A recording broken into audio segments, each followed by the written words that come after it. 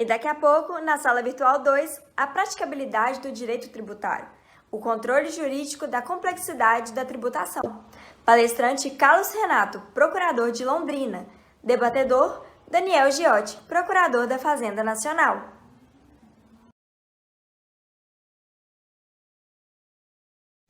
Boa noite a todos.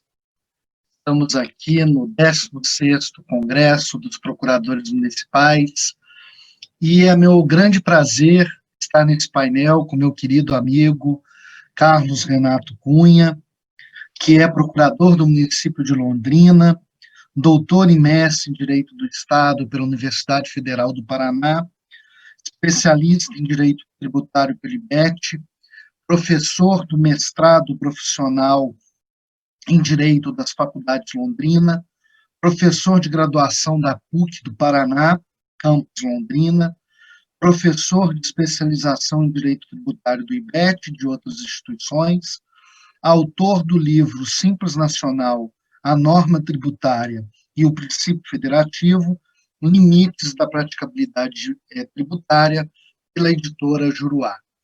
E agradecer a presença de todos os procuradores aqui, ainda que pela modalidade virtual, o gentil convite que me foi feito pelo Cristiano, pela Ana Caroli, vice-presidente, e pelo doutor Eduardo, que é o diretor de eventos da associação.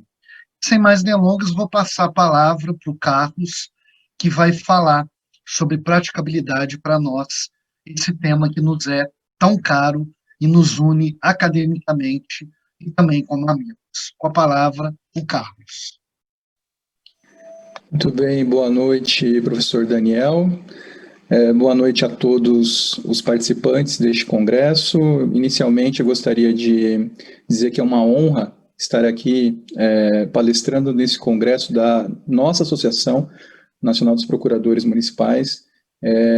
Me alegra muito, né, é um motivo de bastante júbilo estar aqui para poder conversar com vocês um pouquinho sobre um tema que gosto bastante. Gostaria de agradecer o convite do diretor Eduardo Floriano, do presidente Cristiano Rei Giuliani, e dizer que é uma alegria aqui também poder compartilhar com vocês um pouquinho da minha pesquisa a respeito desse tema, que, como lembrou o professor Daniel, que gentilmente me apresentou, nós nos conhecemos já há algum tempo, né, professor Daniel, exatamente por essa ligação acadêmica. Inclusive, o nome que foi dado a essa palestra é uma homenagem à obra do professor Daniel. Ele tem um livro sobre praticabilidade tributária, cujo nome é exatamente Controle Jurídico da Complexidade. Então, a sua obra foi muito importante na minha pesquisa, então é até uma responsabilidade grande estar aqui debatendo junto com o senhor, né? Confesso que estou um pouquinho nervoso, né? Fazer uma live ainda, apesar de nós estarmos no novo normal dessa pandemia, fazer live assim, com muitos espectadores, é algo que eu ainda não estou muito acostumado, mas vamos lá. Bom, o tema que eu espero que seja um diálogo, uma conversa com os senhores, foi o meu tema de pesquisa na minha tese de doutorado, praticabilidade tributária, que para quem talvez não esteja atuando no dia a dia do direito tributário, ou que não estejam em estudos acadêmicos do direito tributário, talvez pareça um tema um pouco obscuro, né? Mas vamos aqui mostrar que ele faz parte do nosso dia a dia, de forma bastante forte. Eu vou tomar a liberdade aqui de compartilhar com os senhores um slide.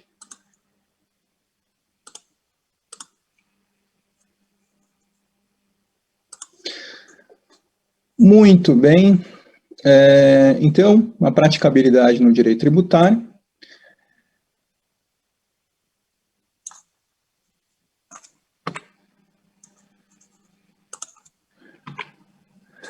Nós vamos falar aqui rapidamente, no tempo que nós temos preparado, sobre alguns pontos que eu separei aqui na nossa palestra. Primeiro, problematizando a complexidade da tributação, aí tentando trazer, numa visão bastante superficial, tendo em vista os limites de tempo, o que é essa praticabilidade tributária, suas manifestações, quais são os seus limites, né, apontar algumas ideias gerais sobre isso, que demandaria, obviamente, bastante aprofundamento, e trazer, nós estamos num congresso de colegas procuradores municipais, aí pedindo licença ao nosso colega participante da mesa, que é procurador da Fazenda Nacional, eu vou pensar exemplos de tributos municipais que eu creio que vão interessar bastante aos nossos espectadores aqui, participantes deste congresso.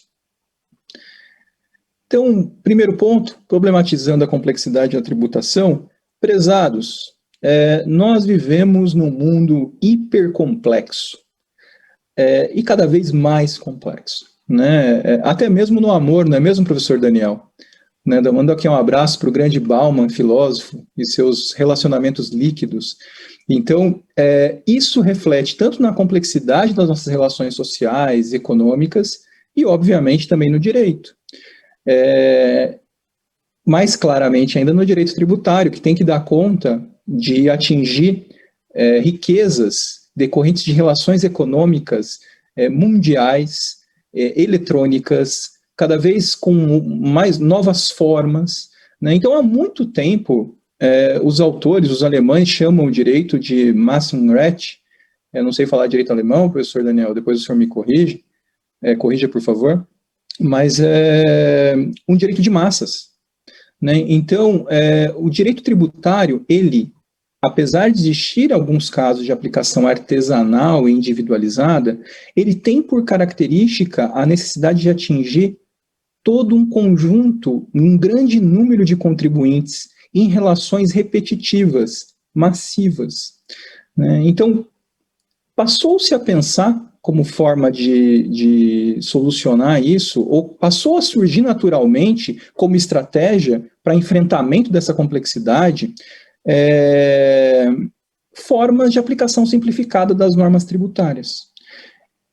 Nós vamos depois trazer aqui alguns exemplos para tornar mais claro para os senhores. Isso começou a ser pensado em vários países, também chegou aqui no Brasil, né? E é nesse contexto que surge a ideia da praticabilidade tributária, tentando explicar o que é essa forma simplificada de aplicação das normas tributárias, tentando dar-lhes limites, né, para que o Estado, o fisco, não faça tudo que lhe der na telha, né? Então, é esse o contexto do nosso tema. E uma coisa que eu gostaria de chamar a atenção de todos, eu não sei o contato que cada um aqui teve com o direito tributário, mas me parece que o direito tributário que nós aprendemos nos livros, ele não se parece muito, ou ele dista muito da realidade que nós vemos no dia a dia, aqueles que atuam na prática do direito tributário. Então, a gente imagina, analisando, pensando o direito tributário com base na estrita legalidade, naquela previsão detalhada do fato gerador, da hipótese, né, tributária, com atenção aí ao princípio da legalidade, e uma atenção ao princípio da igualdade, do não confisco. Então, a gente vai olhar a Constituição Federal, ela diz que a União pode instituir um imposto sobre a renda. E aí, há todo um estudo do que seria o conceito de renda recepcionado pela Constituição Federal. Quando nós vamos ver na prática, o legislador, o fisco, depois aplicando a lei, ele está tributando o faturamento, a receita bruta e não a renda. É o caso lá do imposto de renda lucro presumido, por exemplo, ou no Simples Nacional. Nós imaginamos que o fisco tem que buscar o judiciário para fazer a cobrança devido ao processo legal tributário por meio da execução fiscal, mas cada vez mais surgem formas alternativas de cobrança ou meios indiretos de cobrança, e nós todos aqui conhecemos protestos de CDA, inscrição de devedor em cadastro de inadimplentes e assim por diante, outras coisas, até o pedido de certidão. A certidão muitas vezes é uma cobrança, a certidão tributária. Nós vamos olhar o CTN, ele afirma que o lançamento é privativo da autoridade administrativa, no artigo 142, só que na prática, para não dizer que a maioria, um grande número de constituições do crédito tributário se dá pelo próprio contribuinte, no chamado lançamento por homologação. E os exemplos se multiplicariam, utilização de conceitos indeterminados, opções do contribuinte que se parecem com contratos, né, entre o contribuinte e o fisco. Então, é esse o contexto em que me parece que a realidade que a gente vive do direito tributário, da aplicação do direito tributário, ela dista consideravelmente daquele direito tributário ideal que nós aprendemos nos livros. Né? Nós vamos ler lá autores clássicos, vamos ler um Roque Antônio Carrasa. Então, aquela explicação do professor Roque sobre o direito tributário parece que não toca a realidade mais. E aí, nós temos uma grande tensão entre o que diz a doutrina e o que decide o judiciário. Porque muitas vezes o judiciário, ele chancela essas formas alternativas de aplicação das normas tributárias. O uso de presunções, ficções, isso deixa parcela da doutrina de cabelo em pé. Muito bem, então a grande pergunta que se tem nesse tema é a seguinte: é possível ao Estado aplicar normas tributárias de forma simplificada, mais eficiente, mais econômica, para poder atingir essa universalidade de contribuintes dentro dessa ideia de direito de massas? Se sim, até onde o fisco pode ir? E aí a grande questão também, tendo em vista o que se predica sobre o nosso sistema tributário, de que ele está sujeito a uma legalidade rígida, tendo em vista essa rigidez do nosso sistema constitucional tributário, isso não impediria esses atalhos de aplicação normativa, o uso de presunções, por exemplo, de ficções, de meios alternativos de cobrança, conceitos indeterminados? Como que fica tudo isso? Essa é a problemática do tema da praticabilidade tributária. Então, assim, para tentar responder o que é a praticabilidade tributária, o que eu posso dizer para os senhores é que eu fiz a minha tentativa na minha pesquisa, o professor Daniel também, ele tem a obra publicada em que ele dá a resposta dele, e há muito pouco consenso. Algumas ideias, elas perduram, elas permanecem nos autores, mas há um certo dissenso na discussão da natureza jurídica. Então, é um tema pouco estudado, mas que está aí no nosso dia a dia, né? Então, vou citar aqui a obra, vamos dizer, inspiradora desse nome, me parece, depois como ele surgiu no Brasil, né, pela mão da professora Isabel Derzi, na sua obra clássica Direito Tributário, Direito Penal e Tipo, foi do alemão Hans Arndt, Praticabilität und Effizienz, também do Joseph Eisensee, né? Também temos assim, a análise desse tema pelo professor Casal Tanabás, em Portugal, na Espanha, por Ferreiro Lapazza, César Garcia Novoa, Pedro Manuel Herrera, e no Brasil, né, a precursora foi a professora Isabel Derzi. Aí nós tivemos uma obra também clássica da professora Regina Helena Costa, hoje ministra do Superior Tribunal de Justiça, e ali nas Minas Gerais também temos o professor Daniel Giotti de Paula, o professor Eduardo Moraes da Rocha, também temos outras obras que estão ali mencionadas, que analisaram o tema, e daí a minha pesquisa, ela subiu no ombro desses gigantes que desbravaram esse tema, né? E aí é toda uma discussão sobre a natureza jurídica da praticabilidade tributária. Não vou cansá-los, queridos ouvintes, nesse momento, sobre discussões teóricas a respeito. Tem autores que vão dizer que ele é um princípio, tem autores que vão dizer que ele é uma técnica, um bem coletivo, uma subinstituição coisa, tem várias teorias conforme as premissas adotadas por cada autor. A minha resposta foi de tentar diferenciar a ideia de praticabilidade de figuras semelhantes no nosso sistema, como aplicabilidade, comodidade, normas de tratamento simplificado, redução da complexidade tributária, cada uma com seu recorte específico, né, para poder definir a praticabilidade como um conjunto, ela significando um conjunto de técnicas de aplicação normativa, técnicas de aplicação ou criação de normas tributárias pelo Estado, tanto na função legislativa quanto na aplicação pela administração tributária, com a seguinte finalidade: maior eficiência procedimental sob a ótica do Estado.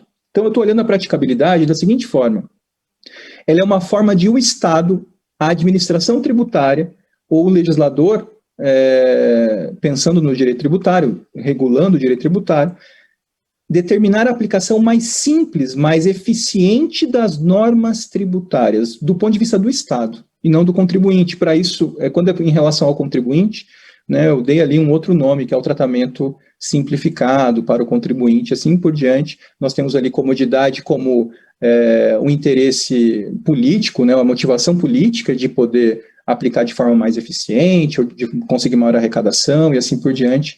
né? E do ponto de vista normativo, o fundamento que encontrei para a praticabilidade tributária no sistema tributário brasileiro é o princípio da eficiência, que está lá no caput do artigo 37 da Constituição Federal. Então, o princípio da eficiência ele tem várias dimensões, ele possui vários recortes possíveis, e me parece que a praticabilidade tributária, ela adentra na ideia de eficiência procedimental, de conseguir aplicar a norma de forma mais simples, mais rápida, com o menor número de atos, para o maior número de contribuintes, com o menor desgaste possível de energia, de dinheiro, de tempo, por parte do Estado. A questão é, professor Daniel, isso não pode ser feito a qualquer custo, não é? É porque não vigora no direito brasileiro a máxima de Maquiavel, de que os fins justificam os meios. Então, nós temos regras, valores, né, uma questão axiológica positivada, que não permite que o Estado haja de qualquer forma para poder ser eficiente na cobrança de tributos, na aplicação de normas tributárias. E aí nós vamos ter que pensar a questão dos limites. A questão interessante é que desde lá do pai da economia, no século XVIII, Adam Smith, ele já previa, isso o professor Daniel menciona muito bem na sua obra, que foi minha fonte aqui de reflexão sobre o tema, ele já menciona que a tributação, nas máximas para uma boa tributação, de que ela não deve ter gastos indiretos na cobrança, né, que ela deve ser eficiente na cobrança, deve gastar pouca energia. É mais ou menos o que a gente imagina quando uma máquina ela perde calor, né, aquela questão de como uma máquina é eficiente na física, né, para produzir energia, se ela perde calor, então está perdendo ali energia, como que eu faço isso ser mais eficiente? A mesma ideia no direito tributário. Como que eu faço a aplicação da norma tributária ser mais eficiente, atingir sua finalidade, sem ter tanto custo de tempo, de atos, de dinheiro mesmo, por parte do fisco? Essa é a grande preocupação em relação à praticabilidade. Prezados, nós temos muitas manifestações, né, da praticabilidade, eu chamo de uma fauna, verdadeiramente uma fauna. Então eu tentei dar uma ordem para isso, né? Todos os autores que tentam pensar a praticabilidade tentam dar uma ordem para essa fauna.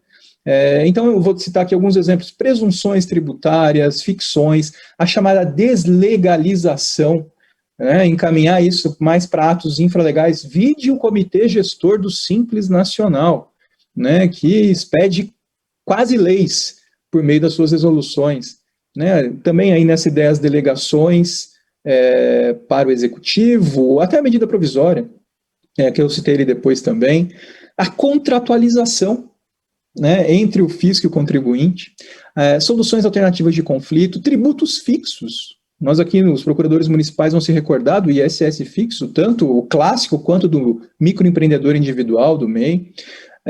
Pautas, uso de pautas, de plantas genéricas, o arbitramento, substituição tributária, né, lançamento para homologação, conceitos jurídicos indeterminados, direito de opção do contribuinte. Isso são apenas alguns exemplos de formas de aplicação simplificada das normas tributárias em relação ao fisco. Tentando dar uma ordem para isso, prezados, eu pensei o seguinte: eu dividi o que seria uma forma padrão de aplicação do direito, que não seria simplificada, e me parece que as três grandes características, analisando a doutrina, a Constituição, a legislação, seriam essas três: a avocação, a individualização e a analiticidade. Então, primeiramente, me parece que há uma ideia de separação estrita das funções entre os poderes legislativo, executivo e judiciário. Ao poder legislativo caberia instituir o tributo em todos os seus detalhes, ao poder executivo aplicar de forma submissa, né, em atenção ao princípio da legalidade, essas previsões legais, em atos plenamente vinculados, e ao Poder Judiciário caberia, nesse caso, mediar a cobrança do crédito tributário, além de resolver conflitos, obviamente, quando existentes, por meio da execução fiscal. Também a ideia da individualização, Ou seja, a aplicação da norma ela tem que atender à ideia de justiça individual, ela tem que analisar o caso concreto, individualizado do contribuinte. Não posso ser colocado numa maçaroca, ser tratado no atacado, né? Meu caso tem que ser analisado. Também a analiticidade, né? Então a norma tributária tem que ter todos os elementos que nós conhecemos lá na teoria do professor Paulo de Barros, da regra matriz de incidência tributária, né? A forma de cobrança devido ao processo legal tem que respeitar todo aquele iter que nós já sabemos, ocorre o fato gerador, constitui o crédito tributário, inscreve em dívida ativa, extrai a CDA, promove a execução fiscal e assim por diante. Me parece que quando nós falamos de praticabilidade tributária, eu tenho, ao invés da ideia da avocação, casos de delegação. O que era para ser feito por um poder é feito por outro. Então, o que era para ser fixado pelo poder legislativo é fixado pelo poder executivo. Medida provisória, por exemplo. Ou os casos que nós mencionamos lá do Comitê Gestor do Simples Nacional, praticamente legislando. De outro lado, ao invés de individualização, na praticabilidade eu tenho uma generalização. Eu trato o contribuinte no atacado, não mais no varejo, não artesanalmente, eu trato ele em massa. Imaginem aqui, prezados, o exemplo típico dos procuradores municipais enfrentam, né, das plantas genéricas de valores do IPTU, em que eu não avalio individualmente cada imóvel todo ano. Eu tenho uma avaliação por médias, e publica uma lei com a média de valor de metro quadrado de terreno de construção por alguma área da cidade, por quadra, por face de quadra, por bairro e assim por diante. De outro lado, ao invés da analiticidade, eu tenho a sintetização, eu tenho atalhos, eu tenho cortes. A minha norma tributária já não vai ter mais base de cálculo e alíquota, eu vou ter tributo fixo, eu vou ter substituição tributária, eu vou ter cobranças simplificadas e assim por diante. Obviamente que eu não vou trazer tudo isso para os senhores aqui, isso aqui é uma nuvem de palavras com as várias aparições e os nomes que eu dei para elas da praticabilidade tributária, isso aqui é só para mostrar para os senhores que há muita coisa, a ser debatida sobre o tema. E aí nós vamos passar aos limites, que meu tempo já está se esvaindo daqui a pouquinho o professor Daniel vai me cortar a palavra, mas ele vai ser bondoso e não fará isso, apesar de que ele pode me acusar de não estar sendo prático, na minha palestra, não estar simplificando a minha palestra. Muito bem, prezados, me parece que no direito tributário nós temos um trilema entre a ideia de segurança jurídica, de igualdade e de eficiência. Eu trouxe aqui um gráfico cartesiano. Se nós colocarmos num dos eixos, eu quero que haja o atendimento máximo à igualdade. Para atender de forma máxima à igualdade, eu não vou conseguir ser eficiente. Então, eu sempre vou ter ali um dilema entre, por exemplo, a igualdade e a eficiência. A questão eu vou ter que tentar achar um ponto de equilíbrio aqui, ou vou ter que tentar ser o mais eficiente possível na aplicação da norma, atendendo o máximo possível à igualdade. Essa ideia a gente poderia pensar também em relação à segurança jurídica. Então, se eu quero atender o máximo à segurança jurídica, eu não vou ser eficiente. Pensem os senhores nos prazos que nós temos para impugnar no processo judicial. Então, se eu quero atender, fazer justiça mesmo, eu teria que deixar as pessoas debaterem para sempre aquele processo, até que elas estivessem satisfeitas no debate. Mas nós temos prazos judiciais. Existe a ideia da preclusão, porque senão o processo ele não vai para frente. Essa mesma dicotomia, eu tenho que chegar num equilíbrio entre a ideia de segurança jurídica, igualdade e eficiência, para que o direito possa chegar às suas finalidades. Muito bem, então o que eu refleti na minha pesquisa foi que a gente precisa achar o caminho do meio, lembrando do Buda, do Oriente, do Aristóteles, que predica também como a virtude, a temperança, o caminho do meio.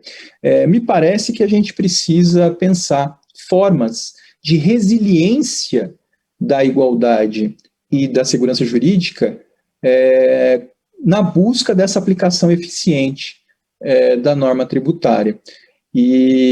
Falando de outra forma, a praticabilidade tributária ela é permitida no nosso ordenamento jurídico com base no princípio da eficiência administrativa, mas não a qualquer preço. ela é derrotável, existe a derrotabilidade quando existe uma ofensa muito considerável aos núcleos das ideias de igualdade e de segurança jurídica, que eu estou falando de forma bastante simplificada a respeito. E aí, obviamente, existem várias expressões desses casos de derrotabilidade. Então, eu trouxe aqui o exemplo do imposto de renda lucro presumido. Imaginem, a empresa ela faz uma opção para que o cálculo do seu imposto sobre a renda não seja feito sobre a sua renda efetiva. Ou seja, não seja verificado no determinado período tudo que entrou na empresa de receita, tudo que saiu de despesa, para saber se ela teve lucro ou prejuízo. Simplesmente se presume a renda com base num valor da receita bruta dessa empresa. Que é algo, o imposto de renda lucro presumido é algo tradicional no nosso direito, bastante antigo. Agora, por que ele me parece válido? Porque percebam, eu não estou analisando o caso concreto do contribuinte, ele pode ter tido prejuízo. E ele vai ter que pagar o imposto de renda, porque a opção é irretratável para o ano exercício. Como que isso pode ser válido? Então, me parece, primeiro, né, que nós temos que atender ali o que eu chamo de metonimização, atender um vínculo entre o fato, porque nós temos uma presunção, né, o imposto de renda lucro presumido, um vínculo entre o fato indiciário, no caso aqui, auferir receita bruta, e o fato presumido, que é auferir renda. Afinal, se uma empresa, uma pessoa jurídica, uma sociedade empresarial, a finalidade dela é auferir lucro. Então, se ela tem receita, presume-se que ela tem lucro. A primeira ideia é essa. Existe um vínculo mínimo entre auferir receita numa empresa e auferir lucro. Existe um vínculo. Essa que não há uma ficção, não se foge totalmente da realidade aqui. Ainda que, na realidade, naquele caso concreto especificamente, possa não ter havido. Além disso, há a possibilidade de escolha do contribuinte. E aqui me parece que esse direito de opção é a resposta da validade, exatamente porque nós temos uma ampla defesa prévia pela opção do contribuinte. Ele não é obrigado a optar pelo imposto de renda lucro presumido. Dentro do seu planejamento, da sua experiência, da sua expertise no seu campo de atuação, ele vai fazer uma análise e verificar se ele pode ou não, naquele ano, fazer essa opção, e o faz. Nesse caso, nós temos realmente uma espécie de contrato. Isso é pouco analisado pela doutrina brasileira. Nós temos aí o que eu chamo de dialogicidade prévia ou consensualização. Percebam, aqueles que amam aqui o direito tributário, que eu acho, assim, uma coisa que eu percebi é que o direito tributário me parece que está um pouco distante, professor Daniel, do que já nós temos visto no direito administrativo. Já faz muito tempo que no direito administrativo, os administrativistas têm analisado esse direito administrativo menos imperativo, mais consensual, de uma legalidade que não é tão estrita assim, né? E isso já há muitos anos. Gustavo Binemboim, no Rio de Janeiro, Irene Nohara, que vai inclusive fechar esse congresso, muitos, Carlos Ari Sundfeld, muitos. E isso não chegou no direito tributário ainda, professor Daniel. É um mundo a ser desbravado, porque a aplicação do direito tributário é direito administrativo também. Essas ideias são plenamente aplicáveis. Então, esse é o ponto de reflexão que eu trago sobre esse nosso tema. Então, para encerrar, não vou aqui aprofundar, porque eu acho que meu tempo está se encerrando, né? Nós temos algumas aplicações na legislação, nos casos de tributos municipais, perdão. Por exemplo, a presunção em relação ao critério material da hipótese, ao critério, temporal da hipótese, tá? No caso do ITBI. Percebam, o ITBI, ele, na verdade, o fato gerador dele, para falar, utilizando a expressão clássica, ele só ocorre com o registro imobiliário, quando existe a transferência imobiliária. Contudo, ele tem que ser pago antes do fato gerador. Então, nós temos aqui, o ITBI é um imposto um pouco estranho, porque o fato gerador dele nunca vai acontecer se a pessoa não tiver pago o imposto antes. Porque o cartório é responsável, né, pelo ITBI, ele não vai permitir o registro se não houver pagamento do ITBI. Acontece que você vai pagar sempre sem que tenha ocorrido o fato gerador. Então, ele é uma coisa um pouco, uma aporia, na verdade. Esse é um caso de praticabilidade tributária que me parece perfeitamente explicável com base no mesmo dispositivo do ICMS, substituição tributária para frente. o artigo 150, parágrafo 7º da Constituição Federal. Como, aliás, o professor Alberto Macedo explica em seu livro sobre o ITBI, o professor Alberto palestrou nesse evento também, no primeiro dia. Então, me parece que há um fato gerador presumido. Assinei a escritura, ninguém assina a escritura por esporte para a compra de um imóvel, né? Existe ali um indício de que haverá a transmissão pelo registro.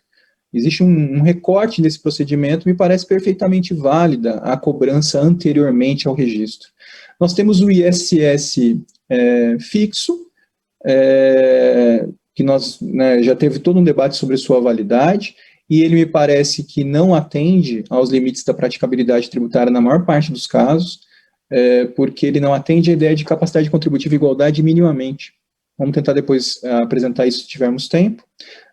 Nós temos o Simples Nacional e também a sistemática do microempreendedor individual em relação ao ISS. Nós temos o ISS Construção Civil e a presunção da base de cálculo com base no CUB, muito parecido com o que acontece com o que acontece com as contribuições previdenciárias.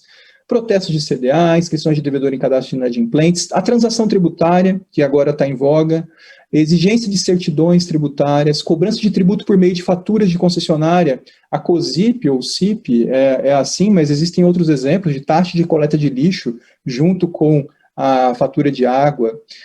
Nós temos aí, o exemplo mais famoso, as plantas genéricas de valores do IPTU, e as pautas de valores do ITBI também, que é bastante usual. Prezados, em relação ao ISS fixo, eu vou simplificar, todos sabemos que já foi declarado que ele é constitucional, foi reiterado isso recentemente pelo Supremo Tribunal Federal, apesar de ter havido uma grande discussão e eu ter sinceras dúvidas, a grande questão é que ele não atende minimamente aos limites da praticabilidade, a meu ver, que são aplicáveis à tributação fixa. Porque quando eu tenho um tributo fixo, eu tenho, na verdade, uma ocultação da verdadeira base de cálculo e alíquota, eu tenho uma simplificação do cálculo.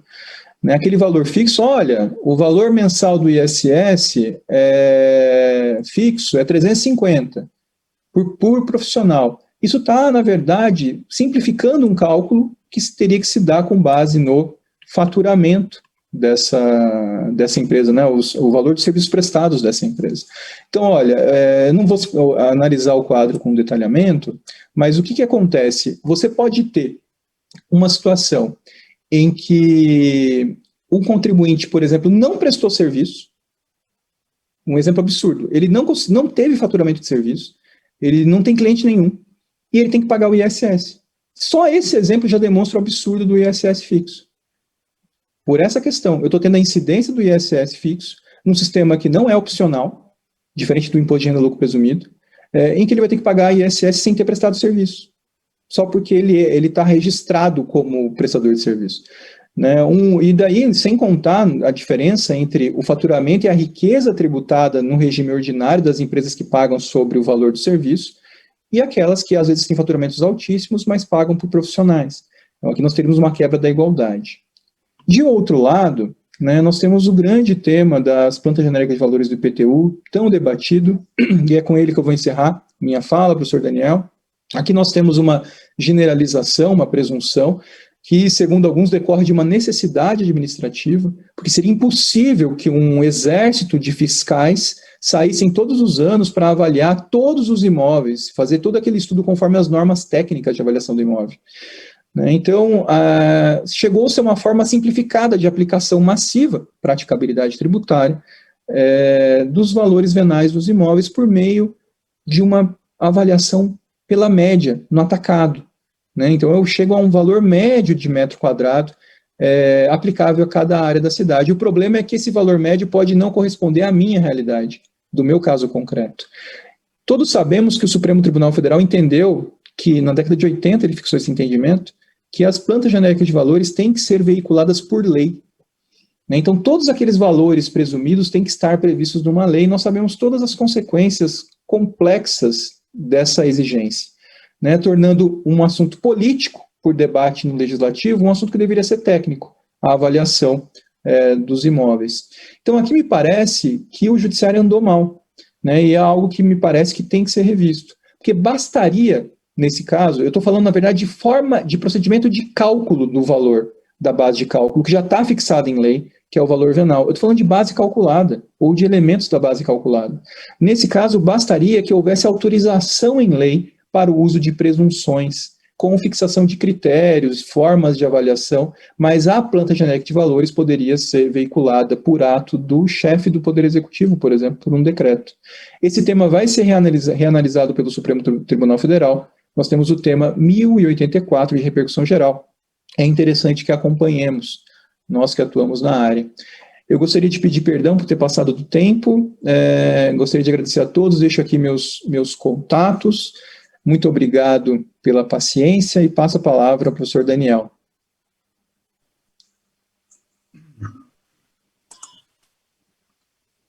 Bem, Carlos, parabéns pela sua exposição brilhante, como a sua tese de quase 700 páginas, né? Um trabalho realmente de fôlego e que envolve filosofia, teoria do direito tributário, e, enfim, literatura, filosofia da linguagem, tudo mais.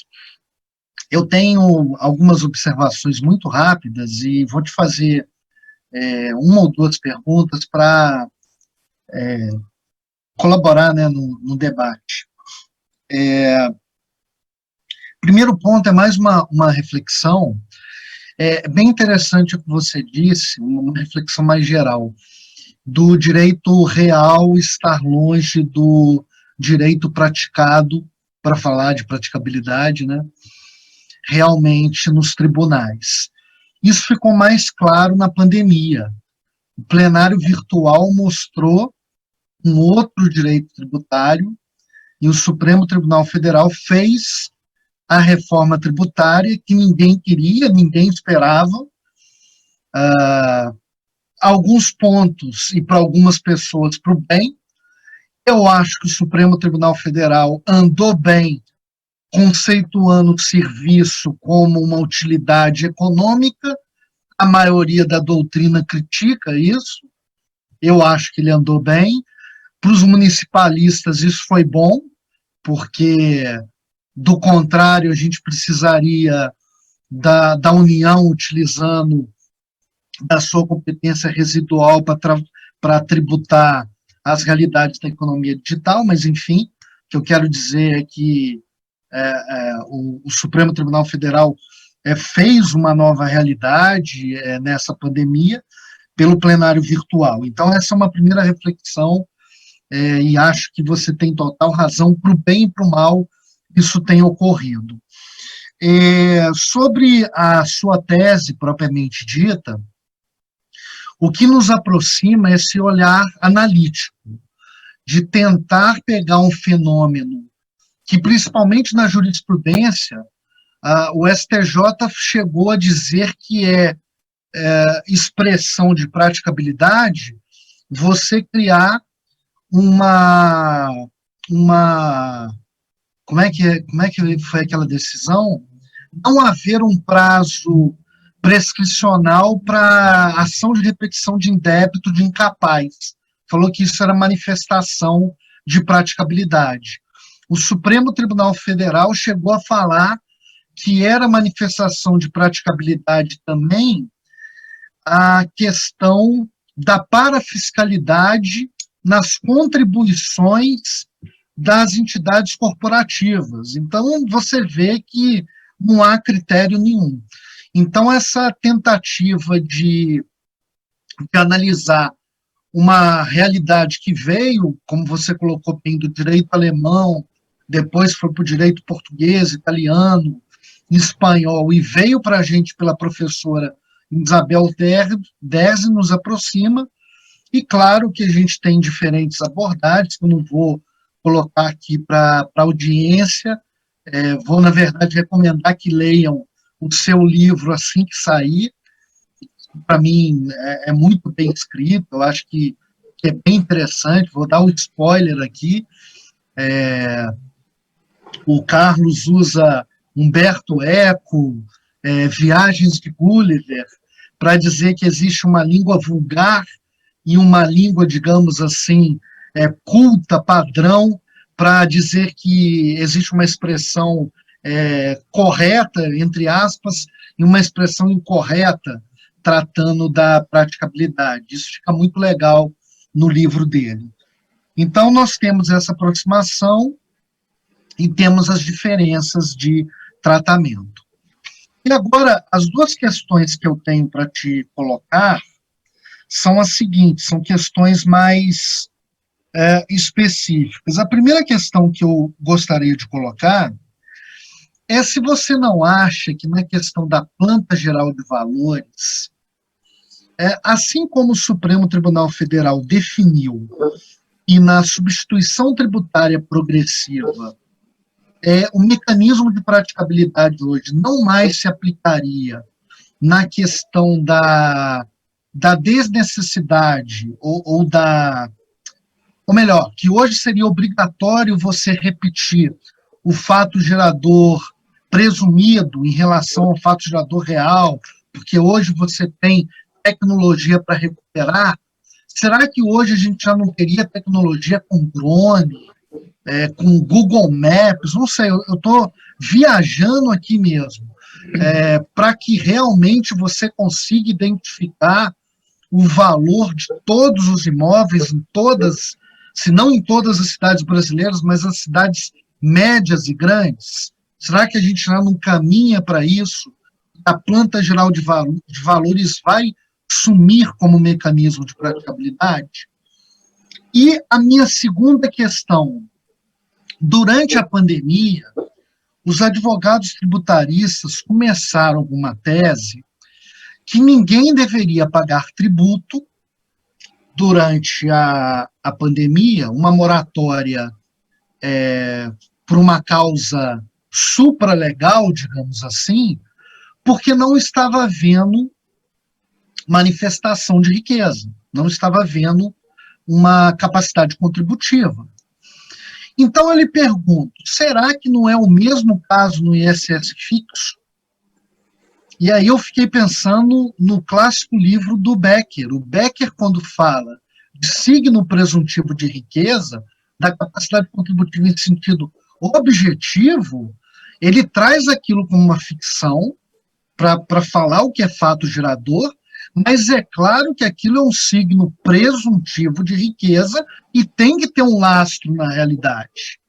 O ISS fixo de alguém que não tem qualquer atividade econômica não tem qualquer conteúdo da realidade.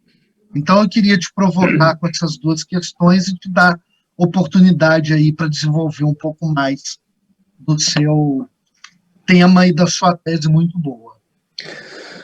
Muito obrigado, professor Daniel, obrigado pelos elogios, obrigado pelo spoiler também do futuro livro, tomara que saia logo. E também recomendo a todos aqui que se interessaram pelo tema a leitura do livro do professor Daniel, né, que eu acho que é uma obra referencial obrigatória para quem quer estudar a praticabilidade tributária no Brasil. Para mim, pelo menos, foi muito importante. Professor, realmente nós temos, só para comentar os pontos iniciais, o grande perigo desse tema da praticabilidade é utilizar esse termo praticabilidade como um argumento retórico, puramente retórico, como se diz, um topói argumentativo, para poder salvar alguma situação sem nenhum tipo de aprofundamento jurídico, né, como o senhor mesmo mencionou nesses exemplos da jurisprudência do STJ e do STF, utilizando o nome de praticabilidade de forma descuidada ou sem aprofundamento, né? Então esse é um grande risco, né, que me parece realmente bastante real. Daí que a importância da academia se debruçar analiticamente sobre o tema. De outro lado, realmente as nossas obras elas têm diferenças conceituais, e essa é a graça da academia, né? E eu vim depois, eu construí já subindo nos seus ombros, né, da sua produção, que subiu nos ombros de outros professores, mas eu acho que nós temos mais aproximações do que diferenças, né, inclusive em relação aos limites da praticabilidade tributária. Eu acho que nós chegamos em consensos importantes ali a respeito do tema.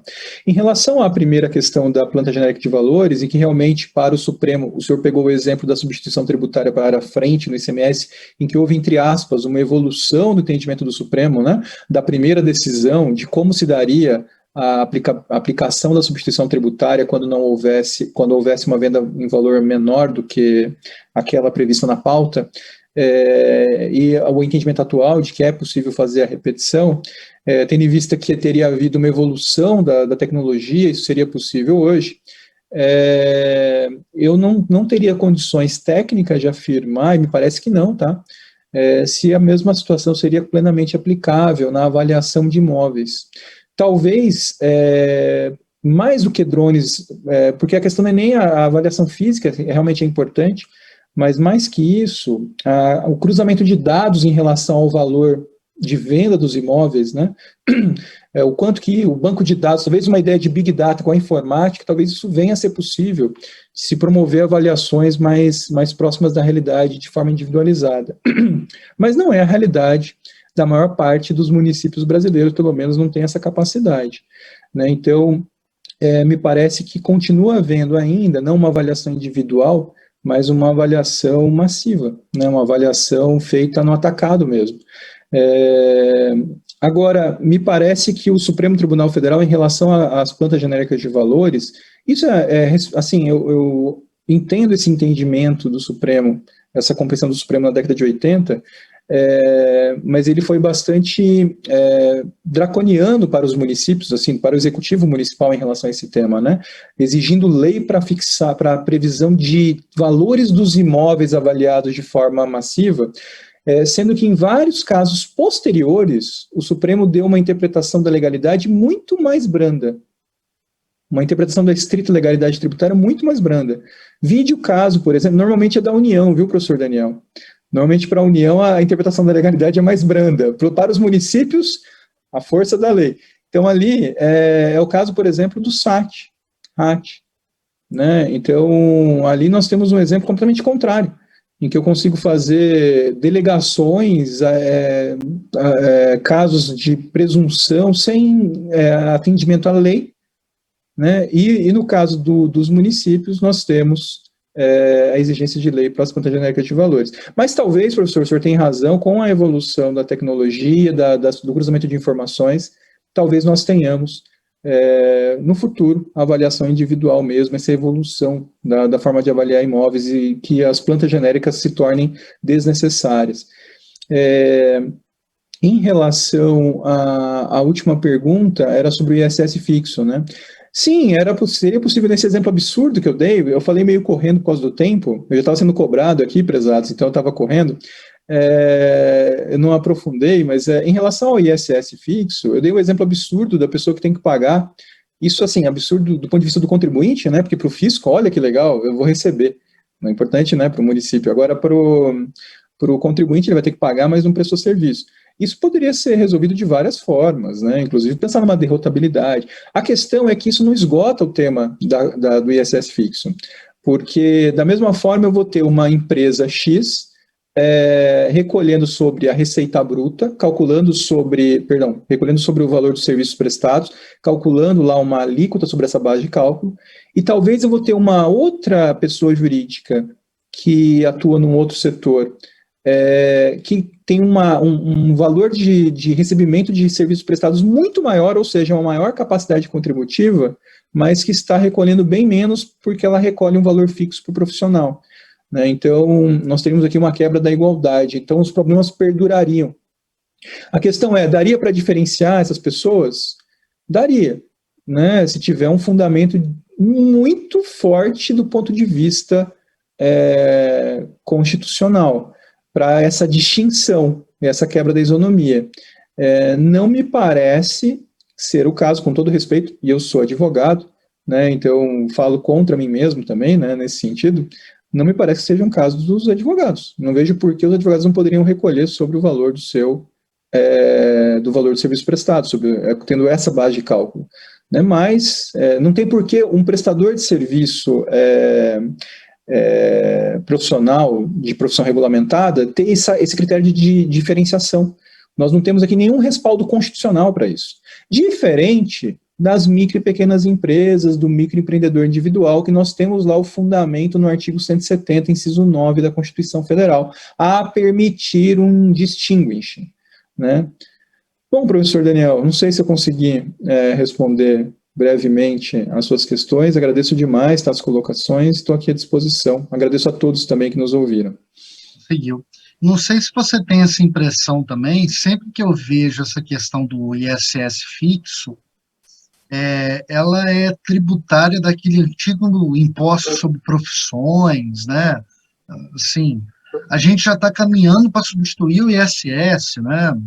Enfim, eu sei que eu estou falando aqui para procuradores municipais que não querem e acham que estão certos, tem que defender os municípios, não podem perder essa receita, mas existe um movimento para acabar com o ISS e a gente ainda tem o ISS fixo no Brasil, enfim, é uma coisa fora de propósito, né?